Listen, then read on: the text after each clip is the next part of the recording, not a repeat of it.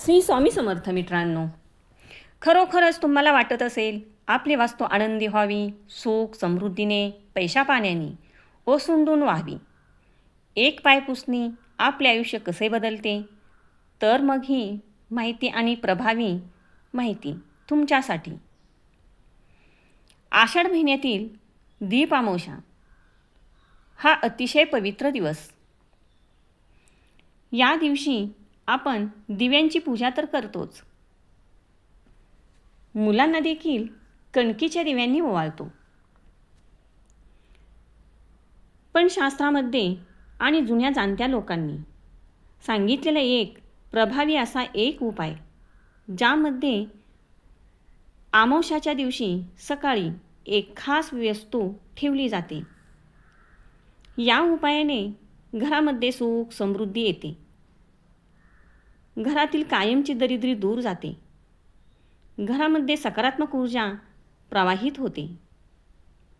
या वस्तूमुळे नकारात्मक ऊर्जा दूर राहते आणि त्यामुळे लक्ष्मी आपल्या घरामध्ये प्रवेश करू शकते.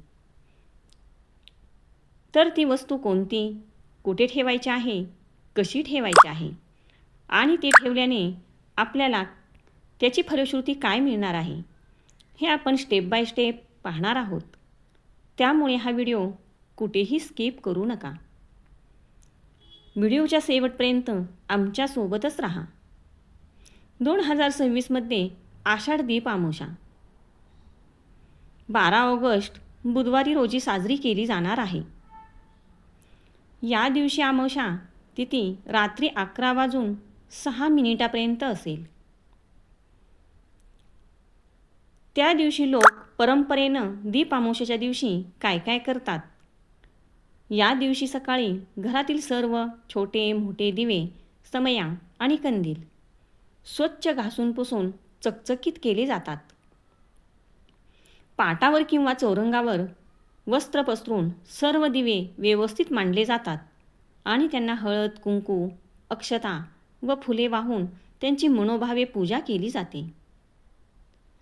दिव्यांना गोड नैवेद्य दाखवला जातो, ज्यामध्ये विशेषतः गुळाच्या खिरीचा किंवा कणकेच्या दिव्यांचा, दिवाळीसारखे उकडलेले गोड दिवे यांचा नैवेद्य दाखवण्याची परंपरा आहे.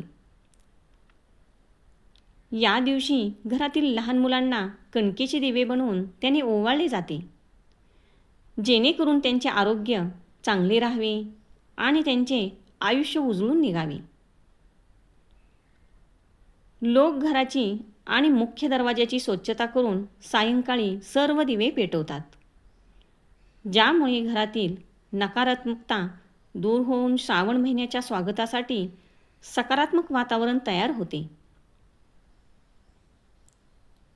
आपल्या घरातील सुख समृद्धी ऐश्वर हे फक्त घराचे प्रवेशद्वार म्हणजेच घराची स्थिती दर्शवते.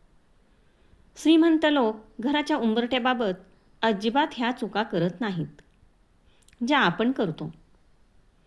अमावस्येच्या दिवशी मुख्य दरवाजा स्वच्छ करून दरवाजावर स्वस्तिक काढून घराच्या उंबरठ्याला गोमूत्र, हळद, गुलाबजल यांनी पुसून घेऊन हळदीचे लेपन करावे. मुख्य दरवाजाच्या उंबरठ्याला हळद, गोमूत्र आणि गुलाबजल यांचे लेपन केल्यामुळे आपल्या घरातील नकारात्मक ऊर्जा नष्ट होते.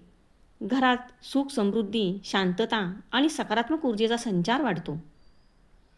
तसेच वास्तुदोष कमी होऊन लक्ष्मीची कृपा देखील लाभते. तसेच दरवाजाच्या बाजूला बाहेरून उजव्या बाजूला पांढऱ्या रांगोळीने लक्ष्मीचे पावले काढावीत.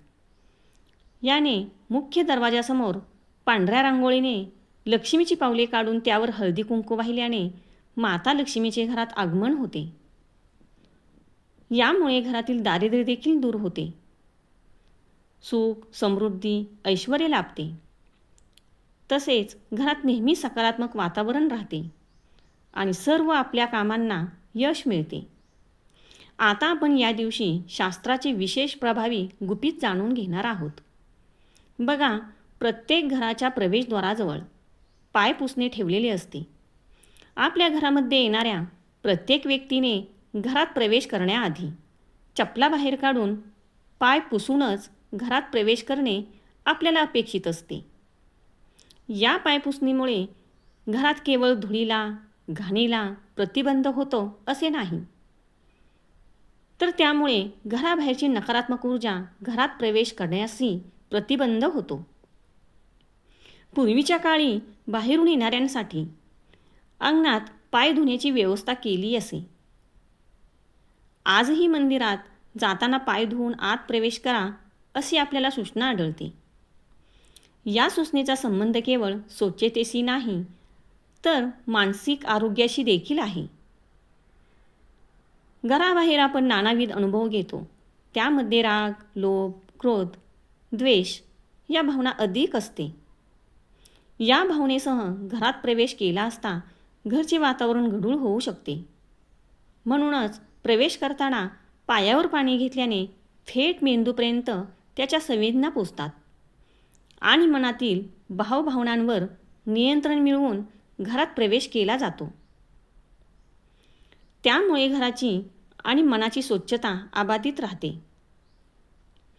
मात्र आत्ताच्या वसाहतीत अंगण आणि अशी व्यवस्था ठेवणे कठीण आहे. म्हणूनच त्याला पर्याय असतो पायपुसणीचा. दिसायला केवळ कापडाचा तुकडा असलेले हे फडके आपले भाग्य कसे पालटते ते आपण पाहूया. नीट लक्ष देऊन ऐका. यासाठी वास्तुशास्त्रात देखील काही सूचना केलेल्या आहेत. ह्या सूचना अतिशय प्रभावी आहेत की जेणेकरून काही दिवसातच आपल्याला याचा फरक जाणवायला लागतो. आपले सगळे प्रश्न हळूहळू मार्गी लागतात. मुलांच्या शिक्षणातील अडथळे ते सुद्धा हळूहळू कमी होतात. आपल्यामध्ये पॉझिटिव्ह एनर्जी येते आणि जिथे पॉझिटिव्ह एनर्जी असते तेथेच लक्ष्मीचे वास्तव्य असते. लक्ष्मीचे वास्तव्य कायम आपल्या घरामध्ये राहावे यासाठीच वास्तुशास्त्र देखील खालीलप्रमाणे आपल्याला सूचना करतं. घराच्या मुख्य दरवाजाशी अंतरलेले पाय पुसणे.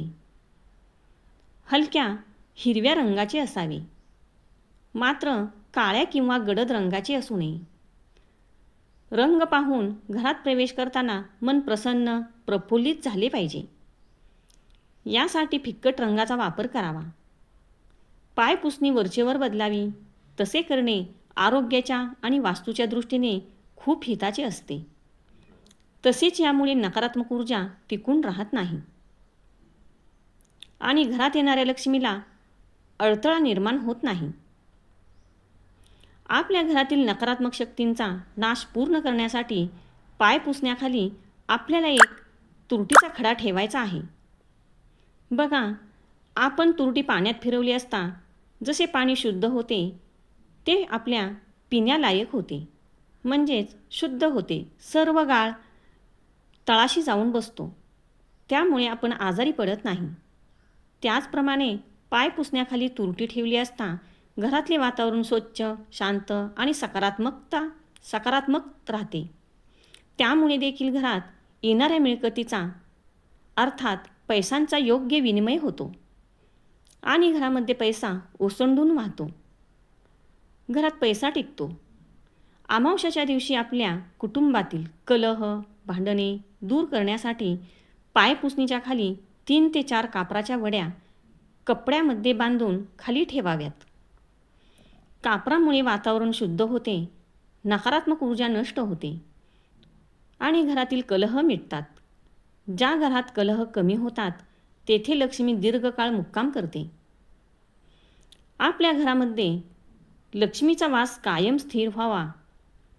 आपल्या घरामध्ये बरकत व्हावी, मुलांची प्रगती व्हावी, पतीची देखील प्रगती व्हावी, आपल्या कुटुंबाचे कल्याण व्हावे. त्यासाठी घराचा उंबरठा जर तुटला असेल तर तो ताबडतोब दुरुस्त करून घ्यावा. त्याला भेग पडलेली असणे अत्यंत अशुभ मानलं जातं. उंबरठा सुयोग्य स्थितीत असावा आणि त्यासाठी उंबऱ्याला लागूनच आयताकृती हिरव्या रंगाची शक्यतो पायपुसणी असावी, असे वास्तुशास्त्र सांगते. हे तोडगे तुम्ही प्रत्येक अमावस्येला करावा किंवा दररोज केला तरी चालेल. हा तुरटीचा खडा थोडासा मोठा असेल तर आठवडाभर राहील. कापूर 2 दिवसातच संपेल, परंतु गुणधर्म म्हणजेच त्याचा स्वतःचा वास 1 ते 2 दिवस राहील. म्हणजेच तुम्हाला 4 दिवसांनी कापूर नवीन ठेवावा लागेल. पायपुसणी 8 दिवसातून एकदा तरी नक्की धुवावी. बघा, ह्या छोट्या पण उपयुक्त टिप्स तुम्ही जर फॉलो केल्या तर निश्चितच आर्थिक गणिते 100% सुधारतात आणि आपली वास्तू, आपले कुटुंब आनंदी होते. या टिप्स नक्की तुम्ही करून पहा आणि आपली वास्तू आनंदी करा. तुम्हाला हा माहितीपूर्ण व्हिडिओ कसा वाटला ते नक्की सांगा. आणि तुम्हाला ही माहिती खरोखरच मनापासून आवडली असेल तर आपल्या चॅनलला लाईक, शेअर आणि सबस्क्राईब मात्र नक्की करा. व्हिडिओ पूर्ण ऐकल्याबद्दल मनापासून धन्यवाद. श्री स्वामी समर्थ.